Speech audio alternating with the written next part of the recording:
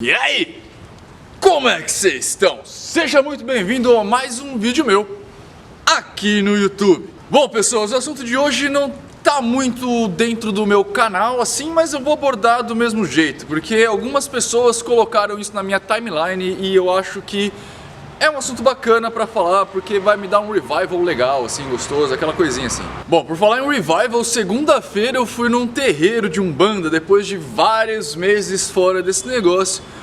Fui com a Roberta pra acompanhá-la, na verdade, e acabei tomando um passe, né? E aí eu chego hoje, terça-feira, dou uma olhada no meu timeline e tem lá um vídeo. Vocês estão vendo a polêmica, a treta que tá dando no YouTube? A treta é a seguinte: uma moça aí chamada Lauren, no canal dela, que pelo que eu entendi é um canal que fala de espiritualidade, alguma coisa desse nível assim, fez uma série de vídeos falando a respeito da dualidade do Exu, né? Na verdade, da dualidade do povo de esquerda, certo? E aí algumas pessoas ficaram putinhas com isso, ficaram meio pistola. Então eu quero falar um pouco sobre isso. Eu dei uma olhada no vídeo da Lauren, mas eu quero deixar claro que eu não vou falar sobre o vídeo dela, tá? Eu vou dar a minha opinião a respeito da dualidade do Exu. Então, na verdade, eu só citei o nome dela aqui para vocês entrarem no canal dela e se inscreverem lá. O canal dela é bem maior que o meu, mas, né... E também, se vocês quiserem dar uma olhada nisso e de repente fazer algum conteúdo a respeito, vai que... E aí fica legal, sei lá. Mas antes disso, como é de praxe, a moto passa. Mas antes disso, como é de praxe, recadinho. E aí, pessoas, não deu pra gravar os recadinhos do coração lá no cenário porque eu precisei parar pra fazer a live de terça-feira com vocês, que inclusive vai estar aqui. Mas os recadinhos são... tá no ar ainda e tá à venda, na verdade, o curso teórico de magia para quem quiser, tá? É só você acessar www.nino.com.br, lá tem todas as informações. A gente tá para lançar o módulo 2 agora no dia 15. Só que você consegue, esse curso ele é modular e o módulo 2 não depende do 1, sacou? É lógico que é mais legal se todo mundo fizer todos, mas você pode comprar só o módulo 2, ou só o módulo 1, ou só o módulo 1, e mais pra frente comprar o módulo 2, ou comprar primeiro o 2, depois o 1, enfim, isso não vai prejudicar tanto o caminho. O recado número 2 é que o Ocultaria também está à venda, o evento que vai acontecer no dia 20 de julho, 20/7 de 2019. Então, se você quiser, ocultaria.com.br, e o recadinho final é que os atendimentos particulares ainda estão rolando, para quem quiser. Eu atendo na Avenida Paulista até as 9 da noite, beleza? É só entrar em... Você pode entrar em nino.com.br, lá vai ter um campinho para contato, ou 11 99689 2833, beleza? Agora sim, volta pro vídeo. Bom, vamos lá, né? Algumas pessoas... Eu vi, na verdade, alguns vídeos a respeito do assunto, né? Que estão envolvidos nessa treta em particular, tá? Eu não fiquei vendo vídeo sobre Exu, Pombagira, essas coisas todas. Mas eu olhei um vídeo sobre o assunto, sobre a treta, tá? Então eu vi os vídeos da Laura e alguns vídeos de resposta a respeito disso. Eu quero falar aqui, na verdade, não sobre a treta e nem sobre a perspectiva dessas pessoas a respeito disso, mas eu quero falar, dar o meu quê magístico a respeito da situação, para ver se de repente eu lanço um pouco de luzes sobre o tema, tá? Claro, não estou aqui falando que eu sou o cara que conhece tudo, nem o defensor da verdade absoluta, mas eu vou falar para vocês o que eu aprendi no meu tempo de Umbanda e principalmente vou tentar dar uma ampliada na percepção geral da galera aí. E eu tô tomando várias gotadas de chuva na cabeça porque tá chovendo pra caramba e eu tô debaixo de uma árvore. Então, tipo, as gotas se condensam nas folhas e caem na minha cara. Exu! O que falar dos Exus? Dad, você quer falar alguma coisa sobre os Exus, Dada? Não. Pra vocês que não sabem, o Dada e eu trabalhamos na mesma casa de Umbanda, tal qual a Maricota. E a gente, obviamente, trabalhou com os Exus, né? Eu quero falar pra vocês, primeiro, duas coisas. Tem uma galera que costuma diferenciar Orixá Exu de Catiço Exu, né? O espírito, o guia Exu do Orixá. Eu acho que essa separação ela faz algum sentido, porque quando você está falando de Orixá Exu, geralmente você está falando da força natural, se você é da Umbanda, ou de um antepassado divinizado, se você está falando do candomblé. Alguns candomblés, aliás, porque outros candomblés também tratam o orixá como uma energia natural. Agora, Eu vou deixar esse cara um pouco de lado, o Orixá Exu, para falar do Guia Exu, ou seja, os espíritos com quem a gente de verdade trabalha, né? Que a gente de alguma forma tem uma interação um pouco mais forte, não só no sentido de incorporar, mas também no terreiro com o tete a tete com o assistente, tá? Até onde eu sei, o Orixá Exu ele não dá consulta nesse sentido, nesse nível, né, de uma pessoa incorporar e... Caralho, tá chovendo mesmo agora. Então, até onde eu sei, o Orixá Exu ele não dá consulta nesse nível. Em alguns lugares vão falar que o Orixá Exu fala através dos búzios, em outros lugares vão falar que o Orixá Exu ele é só um mensageiro entre a divindade e a pessoa, então ela não incorpora. Whatever, eu tô falando dos guias que trabalham na Umbanda, beleza? Eu vou deixar claro isso aqui pra vocês. A partir dessa percepção, a gente tem a seguinte situação. Quando a gente vai falar de espíritos, seja ele qual for a linha, a gente precisa entender que espíritos são personalidades individuais. E também que quando um espírito está em trabalho, num terreiro, por exemplo, ele não pode ser um espírito que está muito além das pessoas que estão naquele lugar, sendo atendidas naquele lugar. Porque senão a mensagem não é passada de forma coerente, né? De uma forma que as pessoas vão compreender na sua totalidade. Seria mais ou menos como você pegar um professor, sei lá, um Stephen Hawking e colocar ele para ensinar física para pessoas, para crianças que estão no colégio. Ele vai conseguir ensinar? Ele vai conseguir ensinar, só que ele já tem tantas coisas e as coisas para ele já estão tão claras que talvez ele tenha dificuldade em alinhar vocabulário para conseguir conversar com aquelas pessoas. Então, em geral, os guias de uma casa de Umbanda, de um centro, qualquer coisa assim, tá um pouco além dos seus guiados, mas não muito. E pra gente entender essa coisa de uma forma ainda mais completa, a gente precisa entender que o ser humano encarnado, no geral, não tá na mesma faixa evolutiva, nem na mesma faixa vibratória.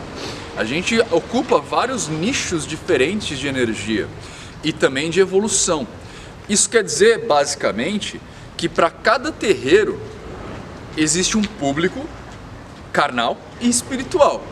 Ou seja, o seu terreiro pode conter espíritos que são mais evoluídos do que eu ou menos evoluídos do que eu. E não é porque eu sou foda não, isso acontece com qualquer pessoa, tá? Geralmente aqueles choques que a gente tem quando a gente vai num terreiro e fala, nossa, esse terreiro é meio merda, não sei o que lá, é exatamente por isso, porque de repente os espíritos que estão lá, eles precisam corresponder às pessoas que geralmente frequentam aquele espaço. E aquele espaço não é um espaço dedicado a você. Você pode estar além ou você pode estar muito aquém. E aí você simplesmente não condiz com a energia ali. É isso que vai dar pra gente, por exemplo, situações onde guias de Umbanda são viciados em cigarro, fumam porque gostam e ainda assim tem muito que ensinar para pessoas que lá estão.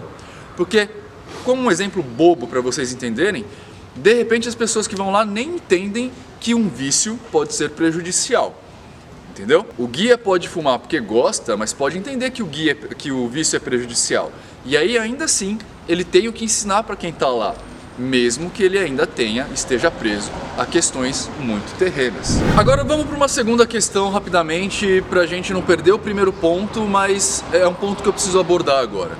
Pelo que eu entendi nessa treta que está rolando na internet, algumas pessoas começaram a falar da questão de bem e mal, né? Que Exu não faz o mal, que Exu só faz o bem, essas coisas todas. E eu preciso levantar uma bola aqui. Você sabe definir o que é fazer o bem e o que é fazer o mal? Você já chegou a pensar a respeito disso? Porque assim, o consciente coletivo da grande maioria das pessoas entende que fazer bem é um bagulho exato, sacou? Tipo, e fazer mal é um negócio facilmente definido. Mas principalmente aquelas pessoas que pensam ou observam a vida na questão da evolução espiritual, na vida após a morte, essas coisas todas, precisa tomar muito cuidado com o que está falando. Porque esse bem, de repente, não é o que você está imaginando, tio. Pior que agora as tiazinhas vão ficar ali batendo papo, na hora que eu gravar elas vão bater o portão. Bom, galera, só pra vocês entenderem, tá? Passou o carro do ovo aqui, lembra do carro do ovo? 30 ovos, 10 reais. O cara parou aqui na esquina e e não quer sair. Então, tipo, vai gravar com a música do ovo no fundo, tá? Espero que vocês não se importem com isso. Bom, então como eu tava falando, questões de bem e mal são coisas muito difíceis da gente definir, né? Porque nada que é tão fácil, nada que parece tão fácil, na verdade tá certo. Porque, olha só, a gente vem desde a antiga Grécia, eu acho, tentando definir o que é bem e o que é mal, o que é fazer bem e o que é fazer mal. Quando a gente explana isso para questões que vão além da vida carnal ainda, né, para quem é um bandista, que tá com aquele paradigma da reencarnação, essas coisas todas, fica ainda mais difícil você tentar definir o que é fazer bem e o que é fazer mal. Porque, muitas vezes, o que a gente acha que é, sei lá, irremediável, uma coisa absurda, como por exemplo alguém nascer na miséria, para essas doutrinas faz todo sentido para o espírito. Então não necessariamente isso é ruim. Isso quer dizer basicamente que quem trata desse negócio de reencarnação vai falar que se você está numa determinada situação agora é porque você fez coisas no passado que te trouxeram para essa situação. Então, seja lá numa vida anterior, seja no umbral, seja em qualquer lugar onde você estava, você desempenhou certas funções, você realizou certas atitudes que agora tem consequências que você está pagando. Então, por exemplo, uma questão bem chumbrega que tem no livro do Kardec: se você nasceu sem perna é porque você matou alguém pisoteado. Daniel diverte, mas sabemos que essa mensagem não está exatamente assim no livro dos médios. Nós só usamos esse tipo de fala como exemplo para você entender o contexto. Na verdade, talvez essas coisas que vocês estão falando aí que o Exu faz não faria porque na verdade é ruim, seria talvez a melhor coisa a acontecer naquele momento, o que vai ajudar aquele espírito em particular ou aquela pessoa naquela situação. Então eu acho que vocês definirem critérios de bem e mal é muito subjetivo. Do mesmo jeito que, por exemplo, imagina assim, ó, o Dadá aqui. Meu pai tem 4 pontos de safena, né? E ele, quando teve o último infarto dele, a gente foi lá no hospital e fez os nossos balacobaco mágico nele lá. Quem garante que isso é o bem pra ele? Quem garante que ele não tinha que ter ficado mais tempo no hospital e isso traria pra ele, por exemplo, uma chance de pensar mais a respeito de certos problemas que ele tem com relação à mesma posição de vida dele, por exemplo, e sair do hospital um novo homem. Então eu, na ânsia de tirá-lo do hospital cedo, fiz os meus balacobacos, não dei a oportunidade dele pensar e isso fez com que ele não mudasse de vida. Talvez hoje o Dadá encarasse a aposentadoria dele de uma forma muito diferente, fosse uma pessoa completamente diferente, muito mais feliz se eu não tivesse tirado ele do processo do hospital. Vocês já pensaram nisso? Não, né? Eu também não pensei na hora. É pai, né? Pai é foda. E eu venho falar tudo isso pra vocês porque uma das coisas que eu aprendi em primeiro lugar, na verdade em segundo lugar, na ordem, não na Ogon, mas na ordem que eu fiz parte, é que o mago não usa magia. A primeira delas é que o mago se desprende do seu ego. Sabendo que isso não é possível, o mago não usa magia. Exatamente porque a gente não tem capacidades coerentes de entender o que é bem e o que é mal. A gente não tem amplitude de visão suficiente para a gente saber que o que a gente está fazendo é bom ou é ruim. E aí eu volto a te perguntar, como é que você pode falar que o Exu não faz o mal se nem mal você sabe o que é? Se pá, ele tá fazendo o que tem que fazer, e se pá, aquilo lá que você tá achando que é o melhor, que é ruim, na verdade é o melhor pra pessoa que tá ali.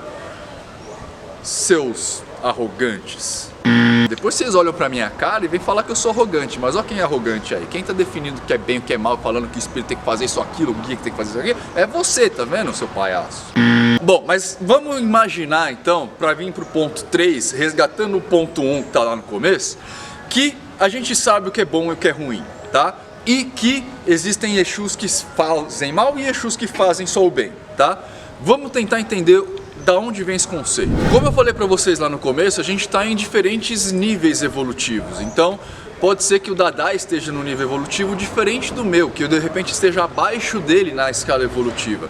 Isso quer dizer que certas coisas que vão acontecer na minha vida vão parecer aos olhos deles coisas ruins, mas na verdade são coisas que é o melhor para mim, porque é desse jeito que eu vou entender a lição. Digamos que, por exemplo, o Dadá agora, como eu falei, ele teve 4 pontos de safena, né? Ele fez uma recalchutagem interna lá. Agora ele tem uma visão, por exemplo, a respeito da alimentação, que é muito diferente da que eu tenho. Hoje ele come muito melhor do que eu, por exemplo, né? Ele prefere carnes brancas, o arroz dele é mais sem sal, a comida dele é mais sem tempero. Chato, tá vendo? Mas eu não consigo fazer isso. Só que eu tô muito mais sujeito, até por causa das coisas que uma carne gordurosa traz pra gente, uma picanha suculenta, aquele negócio cheio de sal. Isso vai me fazer mal, mas eu ainda não tô pronto para entender essa lição, entendeu? Para eu aprender essa lição, talvez eu precise ter um infarto também. Ou seja, nesse quesito, o que para o Dada será ruim e eu ter um infarto, para mim será bom, porque eu aprenderei a ter uma vida mais saudável. Vocês entendem a complexidade do negócio? Talvez vocês estejam só olhando a situação por uma ótica egoísta, por uma ótica exclusivamente sua. Você não esteja conseguindo olhar a vida através de uma lente um pouco mais ampla. E talvez os espíritos envolvidos nesse negócio consigam fazer essa visualização um pouco mais ampla. E o que você acha que Exu não faz o mal, na verdade é uma classificação egoísta sua. E só isso. Na verdade, aquele Exu talvez esteja fazendo o melhor para aquele momento, o melhor para aquele público, o melhor para aquela coisa toda. E você só não consegue enxergar isso. Na verdade, o ato do Exu fazer o mal para você é oriundo unicamente da sua ignorância. Ah, Nino, mas e a amarração? Tem Exu que fala que faz amarração. Amarração você vai falar para mim que é bom. Eu vou falar para você que depende.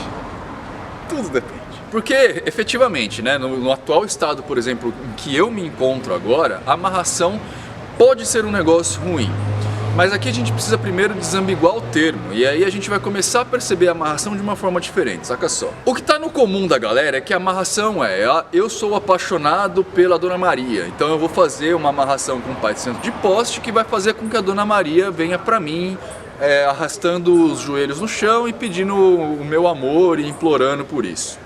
Essa é uma das visões que ela não está errada. Mas existe uma outra visão que fala que a amarração, na verdade, é você proteger um casal de influências externas. Digamos que, por exemplo, sei lá, eu estou apaixonado pela Dona Maria, nós somos casados. E aí o Dada se apaixona pela Dona Maria. E aí ele vai num Pai de Santo fazer um trabalho para desmanchar esse relacionamento, para ele ter o caminho livre com a Dona Maria. Então, na verdade, um trabalho de amarração seria blindar o casal Nino-Dona Maria para que as influências que o Dada contratou não alcancem. Essa é a visão 2, eu já escutei esses dois polos aqui. Longe de eu querer discutir aqui relações éticas entre fazer a amarração ou não fazer a amarração, a gente tem que entender que cada coisa vai dar um resultado. E talvez a amarração para um casal funcione para alguma coisa. Agora eu quero deixar um negócio muito claro para vocês aqui. Eu não estou sugerindo que você faça amarração. Eu não estou defendendo a amarração. Percebam? Eu estou falando a respeito disso, estou levantando polo sobre isso, estou levantando questionamentos, não estou defendendo. Eu não faço, nunca fiz e pretendo nunca fazer, tá bom?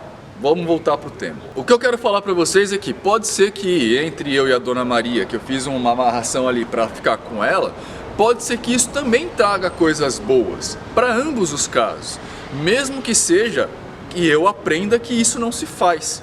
E que a Dona Maria aprenda a ser forte o suficiente para sair da amarração. Eu fiz o bem querendo fazer o mal, ou eu fiz o mal querendo fazer o bem. Não importa. O que importa, é que eu queria muito que vocês entendessem, é que é muito prematuro a gente estabelecer juízos de valores sem ter uma visão ampla. E essa visão ampla não acontece num vídeo do YouTube. Não acontece em textinhos feitos.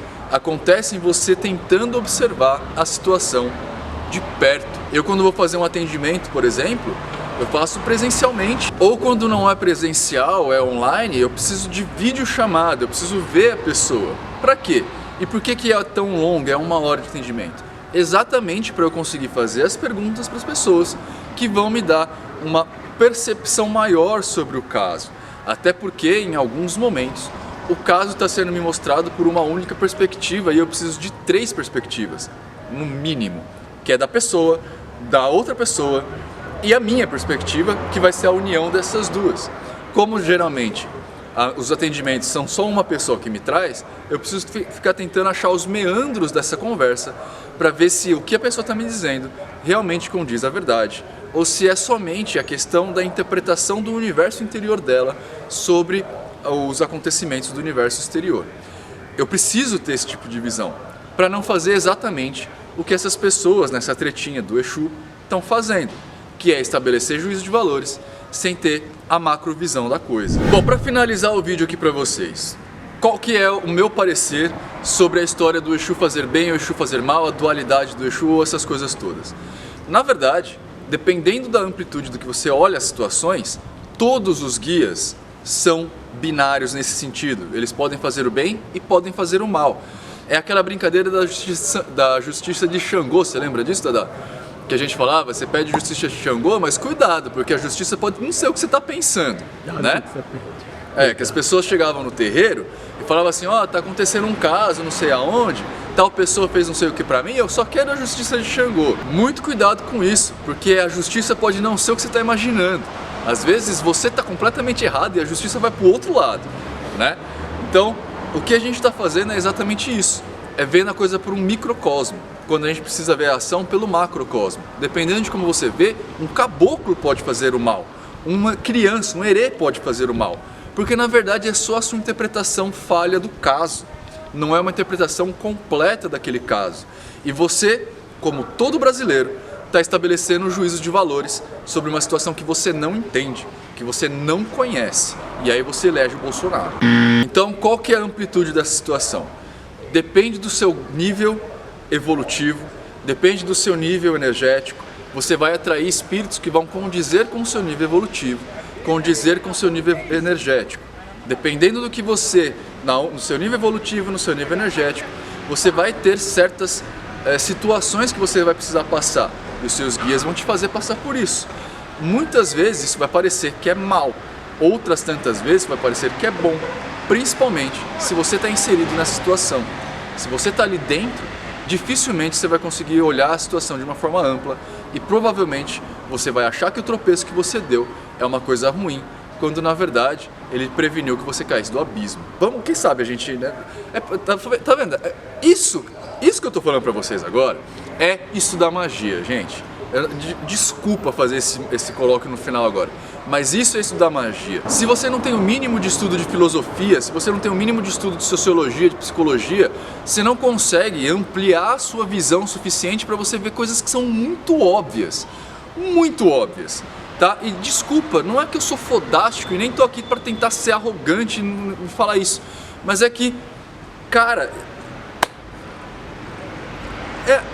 é assim, velho, é compreensão do ser humano, velho, é compreensão de que você não tá certo sempre, de que a sua verdade não é a verdade verdadeira, sabe? Não, a sua verdade não é o que tá no universo, nem a minha, né? Eu já falei pra vocês 1 milhão de vezes que no começo do ano, no final do ano passado, no começo desse ano, eu tava numa fase muito ruim da vida porque eu deixei de perceber coisas que são muito one-on-one que estavam acontecendo comigo. Eu precisei de um impulso externo, né, de uma pessoa externa falar pra mim, olha, Nino, você tá passando por um processo assim, assim, assado, vamos refazer esse negócio. Porque eu não vi que eu estava fazendo errado. Agora, se você também não consegue fazer isso, cara, e não tem nem a humildade de chegar, olha, talvez eu não tenha que ter opinião a respeito disso, talvez isso não faça parte de mim, né? Então sim, cara, Exus podem fazer o que você consideraria que é ruim, assim como caboclos, pretos velhos e crianças, porque na verdade, talvez a sua compreensão da situação é que esteja deturpada e você é tão arrogante que não consiga perceber isso. Bom, pessoas, era isso que eu tinha para falar sobre esse assunto, tá? Espero que eu tenha conseguido elucidar alguma coisa. Eu acho que esse roteiro ficou meio confuso, né? O Dedes ainda tá falando aqui que não, que deu para entender, mas eu acho que tá confuso. E me desculpem, é que eu tive que fazer muitas pausas por causa da barulhada que tá aqui e eu acabei me perdendo um pouquinho. Mas eu espero que tenha ficado claro. Se não ficou, deixa seu comentário aqui embaixo que a gente faz um outro vídeo esclarecendo a situação, beleza? Espero que vocês tenham uma ótima vida, uma ótima eternidade e tchau!